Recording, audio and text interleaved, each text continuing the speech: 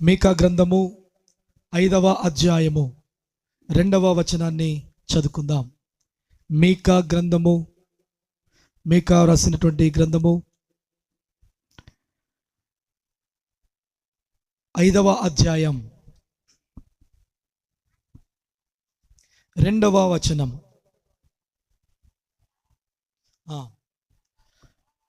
బెత్లెహేము ఎఫ్రాతా యూదావారి కుటుంబములలో నీవు స్వల్ప గ్రామమైనను నా కొరకు ఇశ్రాయేలీలను ఏలబోవువాడు నీలో నుండి వచ్చును. పురాతన కాలం మొదలుకొని శాశ్వత కాలము వరకు ఆయన ప్రత్యక్షమగుచుండెను. చిన్న ప్రార్థన. దయగల మా ప్రేమగల దేవా, నీకే స్తోత్రములు. నువ్వు గొప్ప దేవుడు కనుక మా ప్రభువా, మీరే వాక్యం ద్వారా మాట్లాడమని యేసు నామములో అడిగి వేడుకుంటున్నాం తండ్రి, ఆమేన్.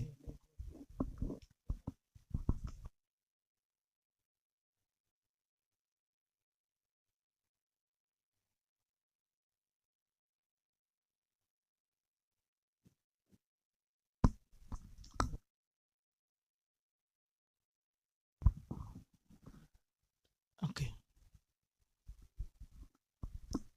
ఈ సమయంలో కొన్ని నిమిషాలు దేవుని యొక్క వాక్యాన్ని విందాం. యేసుక్రీస్తు ఆయన మనందరి కొరకు జన్మించినాడు. ఇదిగో కన్యక గర్భవతి అయి కుమారుని కనును.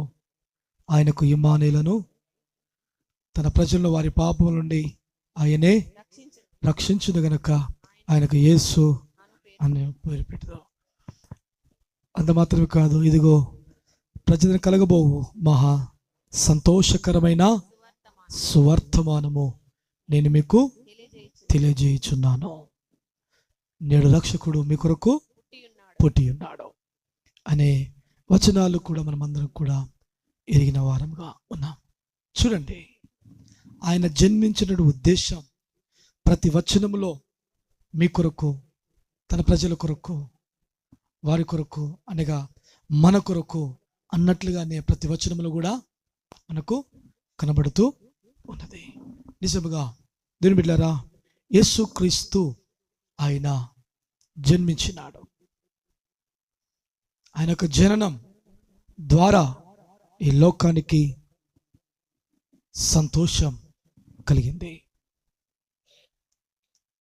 ఆయన యొక్క జననం ఈ యొక్క లోకమంతటికి సంతోషాన్ని ఇచ్చినది. ఎందుకంటే ఆయన దేవుడు గనుక, ఆయన సృష్టికర్త గనుక ఆయన యొక్క జననం అనేది ఈ ప్రపంచమంతటికి సంతోషాన్ని ఇచ్చినది. అంతే మాత్రమే కాదు, ఈ యొక్క జననం ఎవరైనా సరే క్రిస్మస్ని అఫీషియల్గా జరుపుతున్నారు, క్రీస్తుని ఆరాధిస్తూ ఉన్నారు. ఆమె హల్లెలూయా. ప్రపంచ నలుమూలల కూడా క్రీస్తు యొక్క జననం అనేది జరుగుతూ ఉన్నది. ప్రతి ఒక్కరు కూడా ప్రతి స్థలములో, ఆ ప్రదేశం ఎలాంటిదైనా సరే, అది చంపెడుదా, అది దేవుడు అంటే ఇష్టం లేని దేశమా, అది ఎలాంటి ప్రదేశంలో సరే, ఏదో ఒక విధముగా ఆయన ఒక క్రిస్మస్ని ఏం చేస్తున్నారు, వారు సెలబ్రేట్ చేసుకుంటున్నారు. ఆమేన్, హల్లెలూయా, హల్లెలూయా. ఎందుకంటే ఆయన నిజమైన దేవుడు కనుక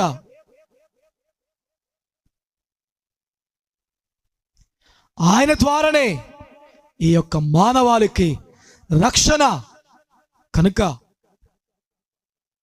చీకటిలో ఉన్నవారిని, మరణ ఛాయల్లో ఉన్నవారికి ఆయన వెలుగుగా, అరుణోదయ దర్శనముగా ఆయన అనేక జీవితాలను ఆయన వెలిగించినాడు.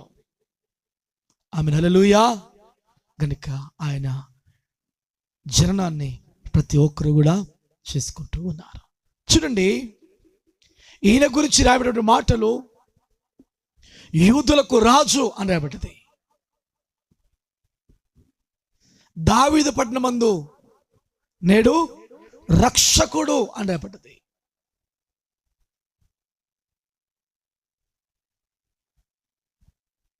ఆయన ఇమ్మానుయేలు దేవుడు అని రాయబడ్డది.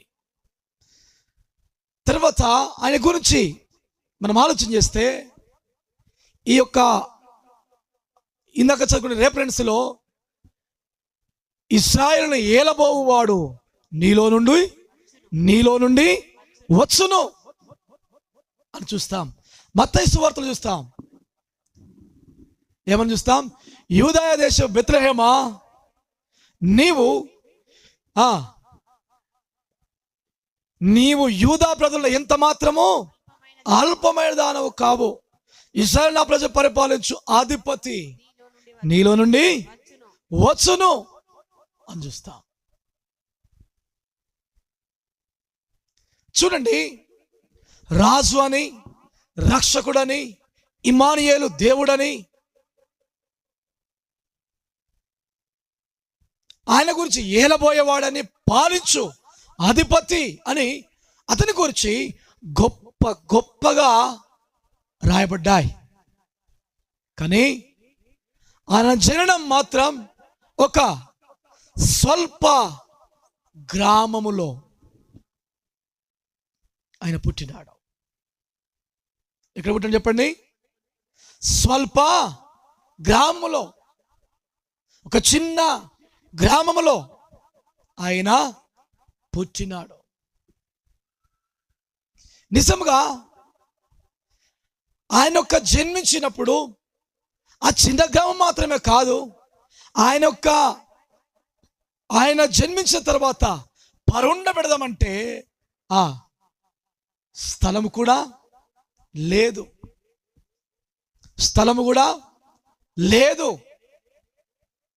సత్రములో స్థలము లేనందున ఆయనను పశువుల తొట్టిలో పరుండబెట్టినారు.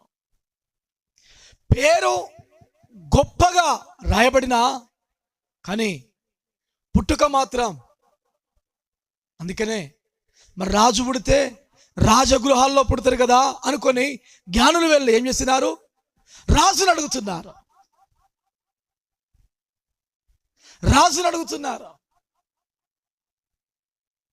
ఏ రోజు కూడా ఆశ్చర్యపోయినాడు. అసలు ఏంది అసలు? మరి రాజగృహంలో పుట్టారు కదా, వారు జ్ఞానులమైన వారు వచ్చి అడిగితే ఈ యొక్క రాజు అసలు కొంచెం ఆలోచన పడ్డాడు. నేను రాజు ఉండగా ఇంకొక రాజు ఎక్కడ పుడతాడు, మరి ఎక్కడ పుడతాడు అసలు? మరి రాజు అయితే రాజగృహంలో పుట్టాలి, కానీ ఎక్కడ పుట్టినాడు ఏంటి అని ఏం చేస్తున్నాడు తెలిసిన? ఆయన అందరిని కూడా పిలిపించి అవన్నీ కూడా ఏం చేస్తున్నాడు? దయచేసి ఒకసారి చదవండి. 4వ వచనం, మత్తయి సువార్త 2వ అధ్యాయం 4వ వచనం. కాబట్టి రాజు ప్రధాన 3వ వచనం 4వ వచనం చదవండి. హేరోదు రాజు ఈ సంగతి విన్నప్పుడు అతడును అతనితో కూడా యెరూషలేము వారందరూ కలవరపడ్డారు. కాబట్టి రాజు ప్రధాన యాజకులను శాస్త్రులను అందరిని సమకూర్చి క్రీస్తు ఎక్కడ పుట్టునని వారిని అడిగినారు. యూదయ బెత్లెహేములోనే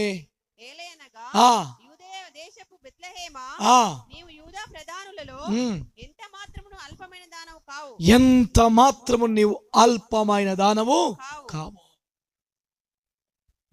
కలవరపడి పిలిపించి అసలు ఈ రాజు ఎక్కడ పుట్టినాడు ఏంటి అన్నప్పుడు వారు జవాబిచ్చినారు. ఏమని? యూదయ దేశపు బెత్లెహేములోనే ఆయన పుడతాడు, ఆయన పుట్టినాడు అని చెప్పినారు. చూడండి దాని బిడ్డారా, ఈరోజు నేను ఏం చెప్పాలని ఇష్టపడుతున్నానంటే యూదయ దేశపు బెత్లెహేము గురించి. బెత్లెహేము ఎఫ్రతా, బెత్లెహేము ఎఫ్రతా. బెత్లెహేముకు మరొక పేరు ఏం పేరు చెప్పండి? ఎఫ్రతా. బెత్లెహేము అనగా సమృద్ధి కలిగిన పట్టణము, రొట్టెలు కలిగిన ఇల్లు అని అర్థము. సమృద్ధితో కూడిన పట్టణం అని అర్థము. అంత మాత్రమే కాదు, రొట్టెలు కలిగిన ఇల్లు అని అర్థము.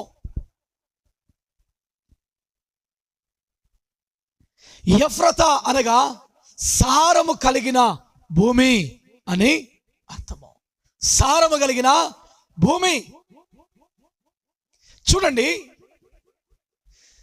చిన్న గ్రామము, స్వల్ప గ్రామము అని రాయబడినటువంటి ఆ గ్రామము మాత్రం, అర్థము మాత్రం చాలా గొప్పగా ఉన్నది. హల్లెలూయా, హల్లెలూయా. యూదయ దేశ బెత్లెహేమా, నువ్వు ఎంత మాత్రము అల్పమైన దానవు కావు అని అన్నారు. యూదయ దేశ బెత్లెహేములో గొప్పవాడు పుట్టినాడు, దేవుడు పుట్టినాడు. రాజు నమ్మలేకపోయినారు. రాజు నమ్మలేని స్థితిలో ఉండే ఆ బెత్లెహేములో యేసు ప్రభువారు పుట్టడం ఏంటి? ఆ చిన్న గ్రామంలో, స్వల్ప గ్రామంలో, ఆ యొక్క ఎన్నిక లేనటువంటి ఆ యొక్క గ్రామములో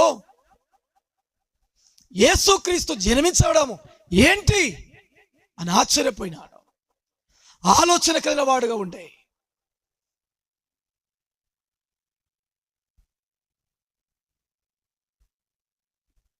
రాయబడింది, స్వల్ప గ్రామము, అల్పమైన దానవు కావు.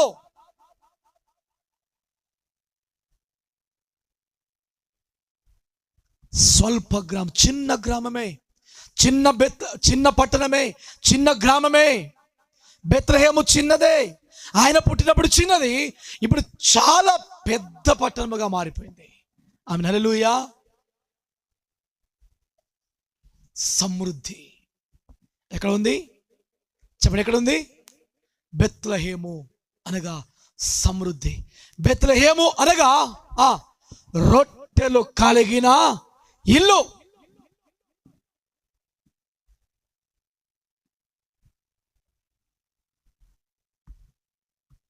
స్వల్ప గ్రామము, స్వల్ప గ్రామములో యేసు క్రీస్తు జన్మించినట్లుగా చూస్తుంటున్నాం. దేవుని బిడ్డలారా, మన ఆత్మీయ జీవితంలో బెత్లెహేము అనగా సమృద్ధి. ఈ సమృద్ధిలో మనము నివసించడం చాలా అవసరమై ఉంటుంది. ఈ బెత్లెహేములో సమృద్ధి ఉన్నది. ఈ బెత్లెహేములో రొట్టెలు కలిగినటువంటి ఇల్లుగా మార్చబడింది. చూడండి, ఈ యొక్క సమృద్ధి కలిగిన పట్టణములో, అది స్వల్ప గ్రామమైన, అది ఆ యొక్క చిన్న గ్రామములో ఆ యొక్క యేసుక్రీస్తు జన్మించినట్లుగా మనము చూస్తూ ఉన్నాం. చూడండి, యేసుక్రీస్తు యొక్క జననము ద్వారా ఆ యొక్క స్వల్ప గ్రామము అనబడేటువంటిది ఇప్పుడు ఏమైందంటే, నువ్వు అల్పమైన దానవు కావు అన్నారు. ఆమె హల్లెలూయా.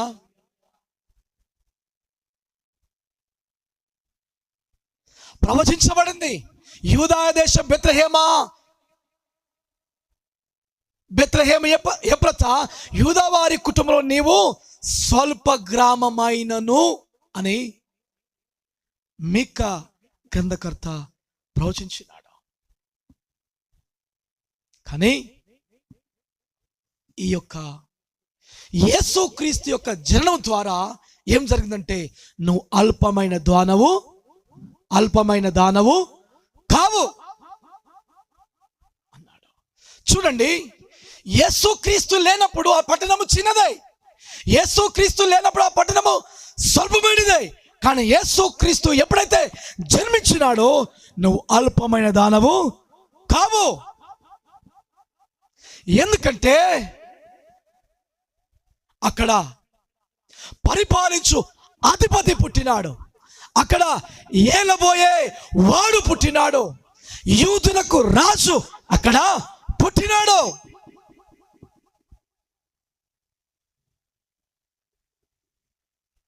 మన జీవితాల్లో మన జీవితము చాలా చిన్నదే కావచ్చు, మన జీవితము స్వల్పమైనదే కావచ్చు.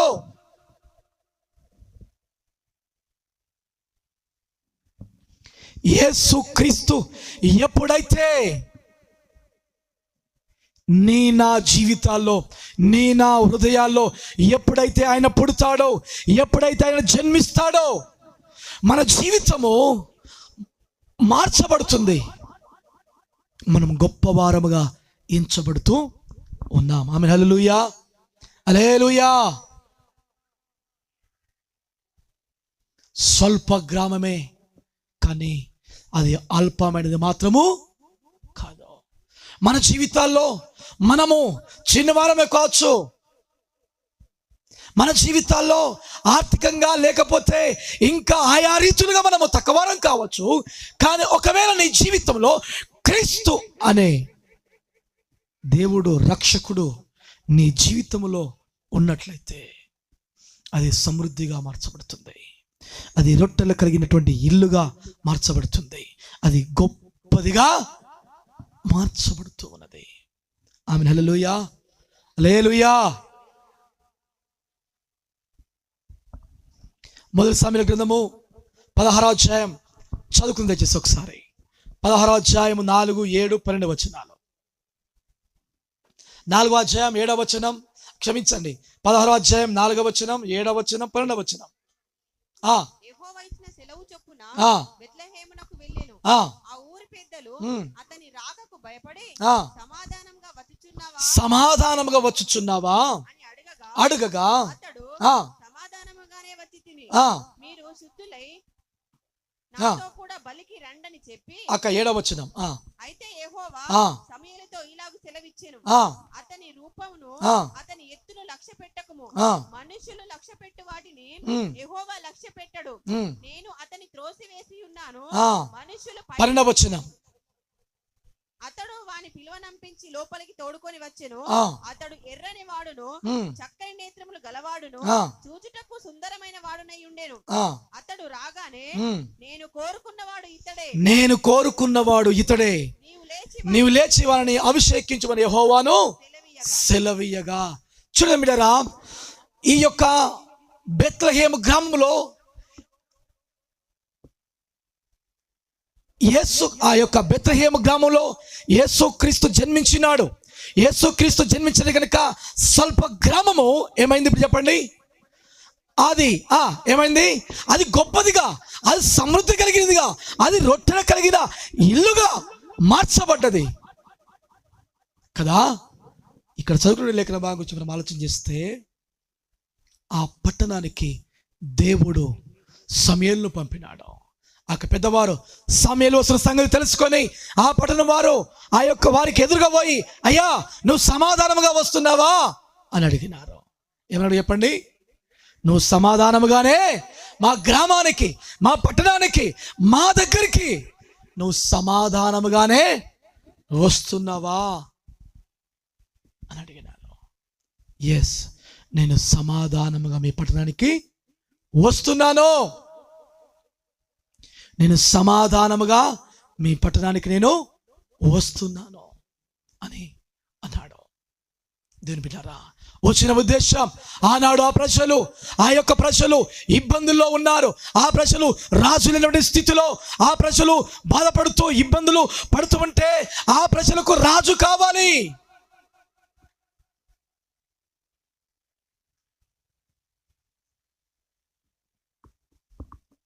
అందుకనే సమూయేలు ఆ గ్రామానికి వచ్చినాడు. ఆ గ్రామములో నేను కోరుకున్నవాడు ఉన్నాడు. హల్లెలూయా, హల్లెలూయా. ఆ గ్రామంలో ఎవరని చెప్పండి? నేను కోరుకున్నవాడు ఉన్నాడు. దయచేసి ఒకసారి చూడండి, మొదటి సమయం కదా 17వ అధ్యాయం 12వ వచనం. దావీదు యూదా బెత్లెహేము వాడగు ఎఫ్రాతీయుడైన యెషై అను వాని కుమారుడు. ఆమేన్. హల్లెలూయా. దావీదు యూదా బెత్లెహేము వాడగు ఎఫ్రాతీయుడైన యెషై అను వాని కుమారుడు. చూడండి, దేవునికి కావలసిన వాడు ఎక్కడున్నాడు చెప్పండి? స్వల్ప గ్రామంలో ఉన్నాడు. హల్లెలూయా చెప్పండి. దేవునికి కావలసిన వాడు ఎక్కడ చెప్పండి? చెప్పండి. దేవునికి కావలసిన వాడు ఆ స్వల్ప గ్రామములోనే ఉన్నాడు.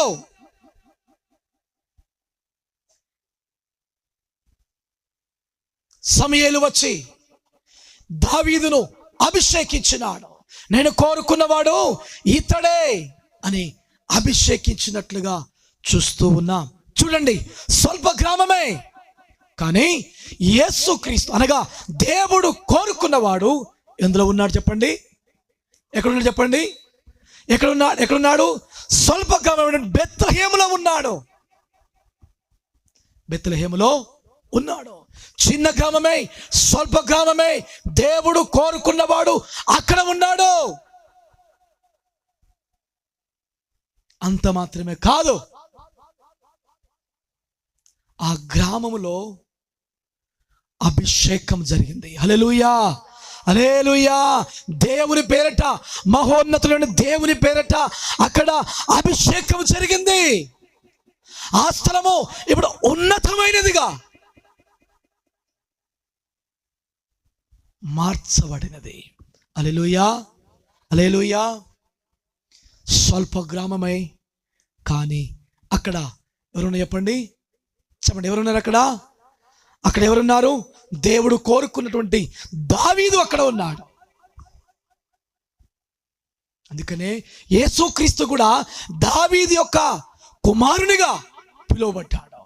యేసుక్రీస్తు దావీదు యొక్క గోత్రములో పుట్టినవాడుగా ఉన్నాడు. హల్లెలూయా. స్వల్ప గ్రామమే, కానీ అందులో గొప్పవారు ఉన్నారు. అందులోనికి గొప్ప ప్రవక్త వచ్చినాడు.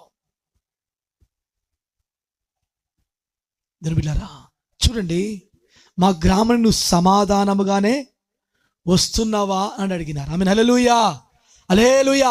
మాకు సమాధానంగా వస్తున్నావంటే మేము ఇప్పటిదాకా సమాధానము లేని వారముగా ఉన్నాం. మేము మనశ్శాంతి లేని వారముగా ఉన్నాం. మేము భయంతో ఉన్నాం. మేము ఏ మంచి వార్త తీసుకొని వస్తావో దాని కొరకు మేము ఎదురు చూసేవారముగా ఉన్నామేమో. ఆమె హల్లెలూయా హల్లెలూయా. దేవుని బిడ్డలారా, ఈ యొక్క మీకా గ్రంథంలో రాయబడింది కదా, ఆనాడు రాజులు ఏరినారు, ఆ ప్రజలను ఇబ్బంది పెట్టినారు, ఆ ప్రజల్ని కష్టాల పాలు చేసినారు, ఆ ప్రజలను కష్టాల కొలిమిలో గుండా వారిని నడిపించినారు. అందుకనే మీకా ప్రవక్త ముందుగానే వారి యొక్క కష్టాలను ఉద్దేశించి, వారి యొక్క బాధలను ఉద్దేశించి, వారి యొక్క బాధను ఉద్దేశించి ప్రవచించినాడు. ఏమని? బెత్లెహేము ఎఫ్రాతా, యూదా వారి కుటుంబములలో నీవు స్వల్ప గ్రామమైనను నా కొరకు ఇశ్రాయేలు ఏలబోవాడు నీలో నుండి వచ్చును. ఎందుకంటే ఇప్పటిదాకా ఏలిన వారు మీకు సమాధానం ఇవ్వలేకపోయినారు. ఇప్పటిదాకా మిమ్మల్ని పాలించిన వారు మీకు నెమ్మదిని ఇవ్వలేకపోయినారు, మీకు మనశ్శాంతి లేకుండా చేస్తున్నారు. కానీ ఈ యొక్క గ్రామములో పుట్టబోయేవాడు మిమ్మల్ని ఏలుతాడు, మీకు శాంతినిస్తాడు, మీకు నెమ్మదిని ఇస్తాడు. ఆమె హల్లెలూయా హల్లెలూయా.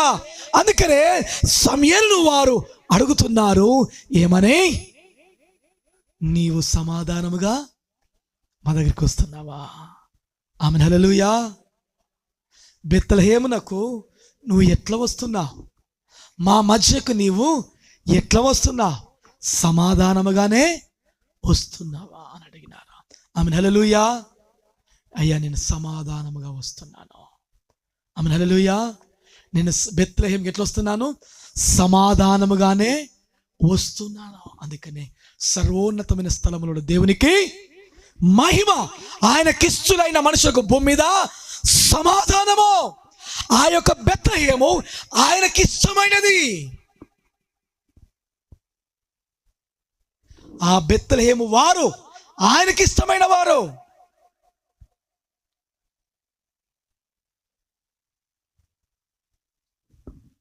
ఆయనకి ఇష్టమైన వారు. దీని బిడ్డారా, ఈ రోజున మన ఆత్మీయ జీవితంలో యేసుక్రీస్తు ఆనాడు బెత్లెహేములో ఎట్లయితే యేసుక్రీస్తు జన్మించినాడో, యేసుక్రీస్తు నీ నా జీవితాల్లో జన్మించాలి. ఆమేన్, హల్లెలూయా. చెప్పండి ఏం చేయాలా? చెప్పండి ఏం చేయాలా? యేసుక్రీస్తు మన జీవితాల్లో జన్మించాలి. మన జీవితాలు మారిపోతాయి, మన బ్రతుకులు మారిపోతాయి, మన ఆధ్యాత్మిక స్థితి మారుతుంది, మన ఆధ్యాత్మిక ఉన్నతమైన వారముగా మార్చబడుతున్నాం. క్రీస్తు నీలో జన్మించేంత కాలం భయమే, ఆందోళనే, కష్టమే. ఎందుకంటే నీ జీవితాన్ని ఏలేవాడు నీలో ఉండాలి, నిన్ను పరిపాలించేవాడు నీలో ఉండాలి, నీకు రాజు నీలో ఉండాలి, నీకు నాయకుడు నీలో ఉండాలి. ఆమేన్, హల్లెలూయా. ఈరోజు నేర్చుకున్నాం.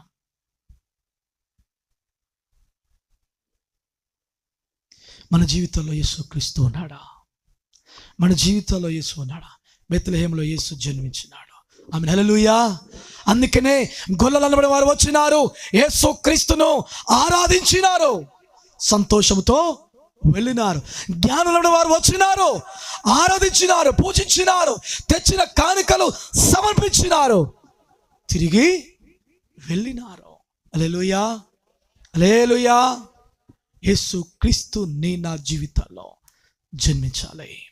యేసుక్రీస్తు మన జీవితాల్లో ఎప్పుడైతే జన్మిస్తాడో దీని బిడ్డారా, ఆ జీవితము ఫలభరితముగా ఉంటుంది. ఆమేన్, హల్లెలూయా.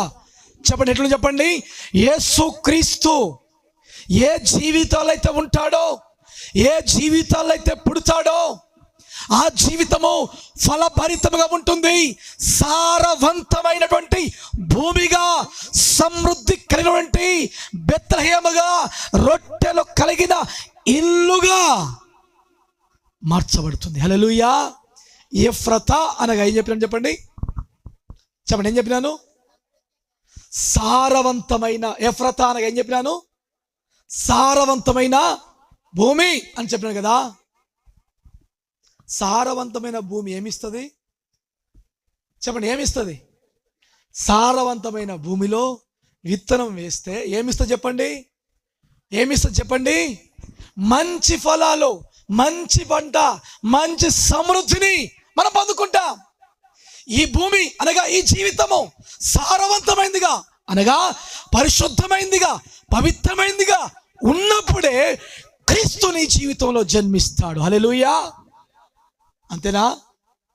అంతేనా కాదా? మరి ఈ జీవితము పాడైందిగా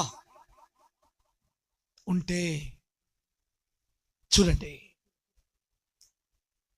ఒక ఆయన విత్తనాలు పట్టుకొని విత్తనాలు చల్లినాడు. ఒకటి ఎక్కడ పడ్డది? త్రోవ పక్కన పడ్డది, ఇంకోటి రాతి నెల పడ్డది, ఇంకొకటి ముళ్ళ పొదల పడ్డది, ఇంకొకటి మంచి నీళ్ళ పడ్డది. ఆమేన్, హల్లెలూయా, హల్లెలూయా. సారవంతమైన భూమి అనగా పరిశుద్ధమైన జీవితం,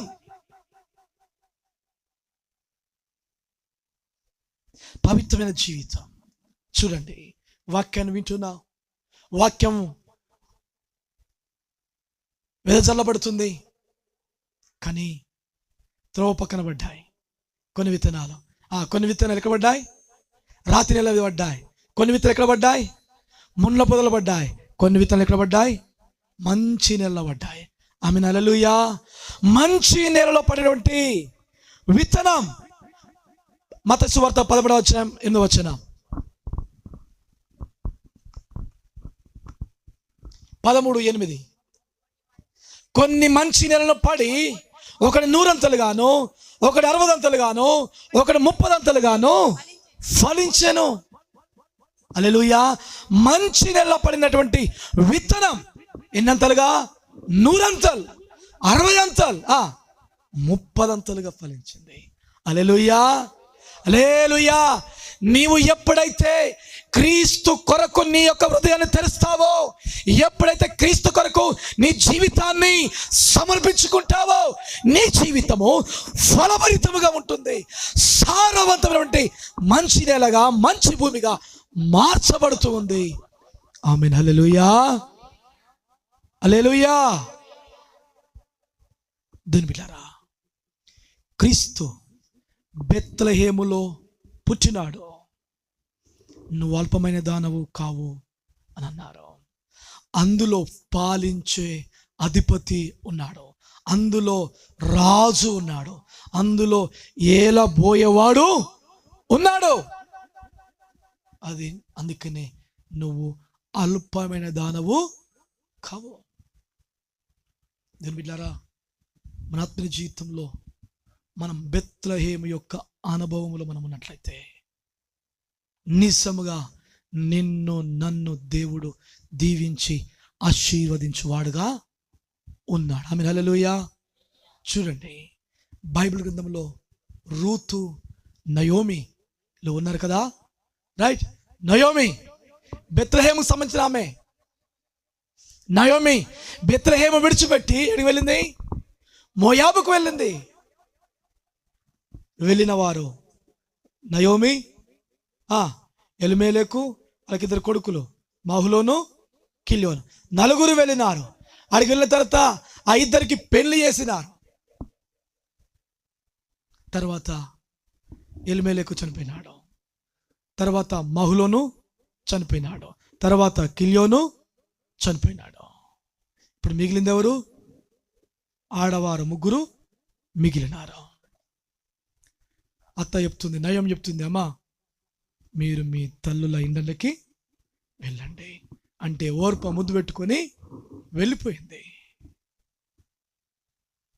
అంతవరకే ఓర్ప గురించి రాయబడ్డది. కానీ రూతు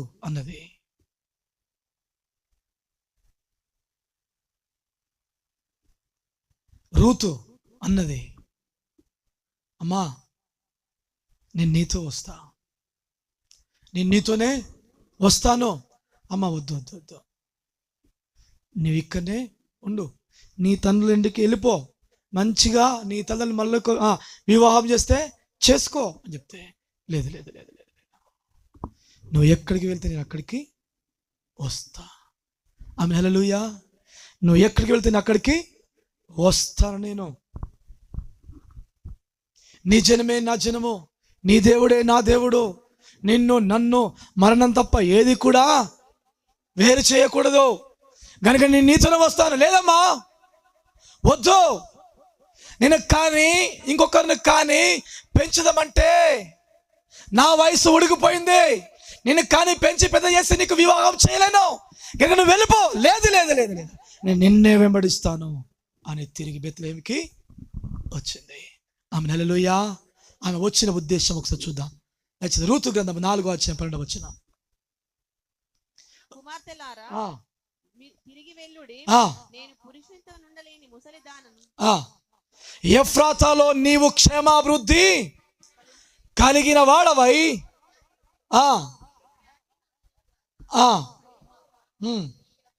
రైట్, మరొకసారి దయచేసి 1వ అధ్యాయం 1వ వచనం చదవండి, 6వ వచనం కూడా చదవండి. న్యాయాధిపతులు ఏలిన దినములందు దేశములో కరువు కలగగా యూదా బెత్లెహేము నుండి ఒక మనుషుడు తన భార్యను తన 2 కుమారులను వెంటబెట్టుకొని మోయాబు దేశమున కాపురమునటకు వెళ్ళెను. 6వ వచనం, వారికి ఆహారం ఇచ్చుటకు యెహోవా తన జనులను దర్శించెనని ఆమె మోయాబు దేశంలో వినెను గనుక మోయాబు దేశము విడిచి వెళ్ళుటకై ఆమెయు ఆమె కోడండ్రును ప్రయాణమైరి. చూడండి బిడ్డలారా, ఇక్కడ నయోమి అక్కడికి వెళ్ళింది, అన్ని పోగొట్టుకున్నది. తిరిగి ఆమెకు ఒకటి వినబడ్డది. ఏమి విన్నవనంటే, వారికి ఆహారం ఇచ్చుటకు యెహోవా తన ప్రజలను ఏమిచ్చినాడు? తన జనులను ఏమి చేసినాడు? దర్శించెను. ఆమె మోయాబులో వినెను గనుక మోయాబు దేశం విడిచి వెళ్ళుటకై ఆమె కోడండును ప్రయాణమైనారు. హల్లెలూయా, హల్లెలూయా. ఇప్పుడు బెత్లెహేములో ఏముందని వింటుంది? ఆహారం ఉంది అని వింటుంది. క్షేమాభివృద్ధి ఉన్నదని వింటుంది. విన్నామె ఏం చేసింది? తిరిగి బెత్లెహేముకి బయలుదేరి వెళ్ళింది. దేవుని బిడ్డలారా, మన ఆత్మీయ జీవితంలో క్రీస్తు ఆ బెత్లెహేములో ఉన్నాడు. అక్కడ సమృద్ధి ఉన్నది.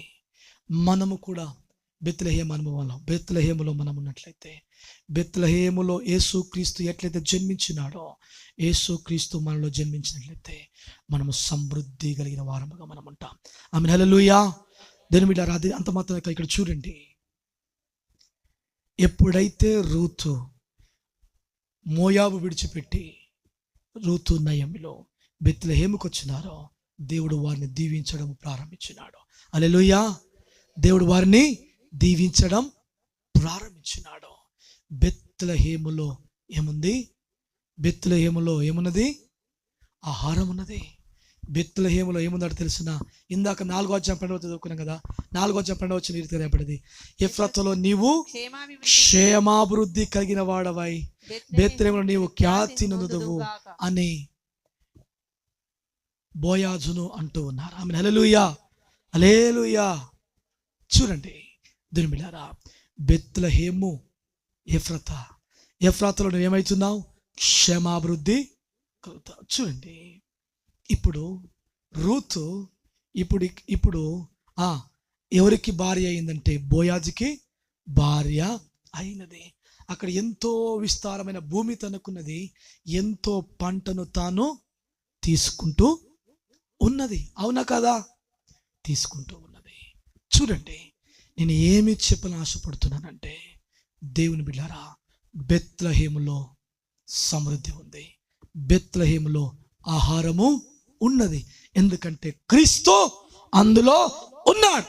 క్రీస్తు జన్మించ కరువు వచ్చిందని వెళ్ళినాడు. కొన్నిసార్లు తాత్కాలికమైనటువంటి కరువులు మన జీవితంకు రావచ్చు, ఇబ్బందులు మన జీవితం రావచ్చు, కష్టాలు మన జీవితం రావచ్చు. ఆ కష్టాల కొలిమిల గుండా కొన్నిసార్లు దేవుడు మనల్ని తీసుకొని వెళతాడు. వాటికి భయపడి నువ్వు పారిపోకూడదు. వారికి భయపడి నువ్వు బెత్లెహేము విడిచి మోయాబుకు వెళ్ళకూడదు.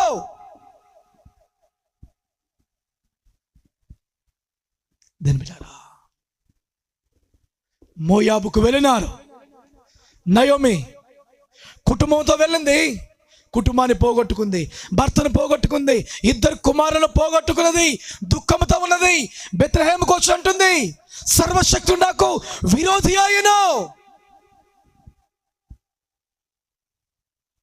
నన్ను నయోమి అనకండి, నన్ను మారా అనండి అంటుంది.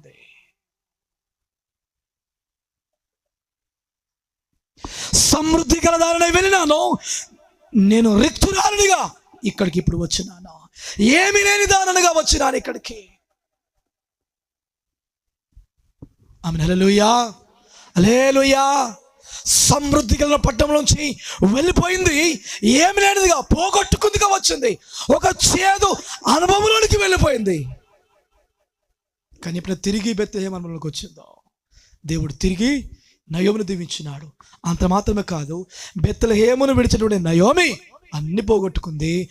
నా మోయాబు నుంచి వచ్చినటువంటి రూతు దీవించబడిందిగా కనబడుతూ ఉంది. హల్లెలూయా, హల్లెలూయా.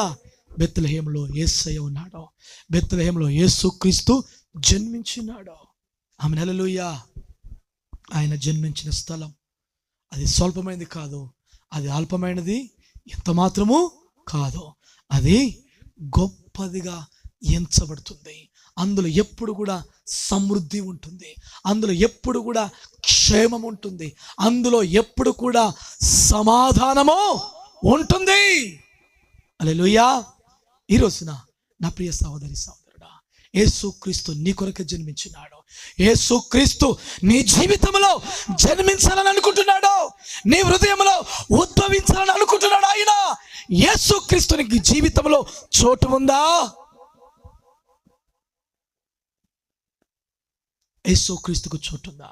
యేసుక్రీస్తుకు చోటు లేకుండా నువ్వు ఎన్ని క్రిస్మస్ చేసుకున్నా, యేసుక్రీస్తుకు చోటు లేకుండా, యేసుక్రీస్తు నీ జీవితంలో జన్మించకుండా, కొత్త బట్టలు వేసినా, మంచి ఆహారం తిన్నా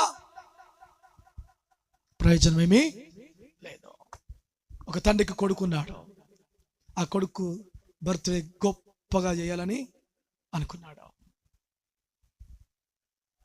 చిన్నవాడు, ఫస్ట్ బర్త్డే. చెప్పండి, ఫస్ట్ బర్త్డే. అందరిని ఇన్వైట్ చేసినాడు, అందరిని పిలిచినాడు. ఓ 1000 మంది వచ్చేసినారు. కొడుకు పుట్టినాడు. సంతోషంగా బర్త్డే సెలబ్రేట్ చేసుకోవాలని చెప్పి బంధువులను, స్నేహితులను, ఇరుగు పొరుగు వారిని అందరిని పిలిచినాడు. ఓ ఫుల్ జనాలు ఉన్నారు, అందరు ఉన్నారు. కొడుకు కనబడతలే. ఏ కొడుకు బర్త్డే చేసుకుందాం అనుకుంటున్నాడో ఆ కొడుకు బర్త్డేలో కనబడతలే. మంచం మీద పడుకోబెట్టినారు, ఆయన మీద ఏదో కప్పినారు. ఇంకొకరు వచ్చినారు, ఏమేసినారు. ఇంకొకరు వచ్చినారు, ఏమేసినారు. ఇంకొకరు వచ్చినారు, అటు ఇటు పొరలాడుకుంటా, లేసుకుంటా, దుంకుంటా సంతోషించినారు. ఆ సంతోషం ఎవరు మర్చిపోయినారు? ఏ బర్త్డే చేస్తున్నారో ఆ బర్త్డే కుమారుని మర్చిపోయినారు. తీరా సమయానికి వెతుకులాడుతుంటే ఆ కుమారుడు చనిపోయినాడు. ఏమైనారు? చనిపోయినాడు. ఓ డెకరేషన్, మటన్, చికెన్, ఓ వెజ్, ఓ వెరైటీ చికెన్స్, వెరైటీ అన్నీ పెట్టినాడు. అన్నీ ఉన్నాయి.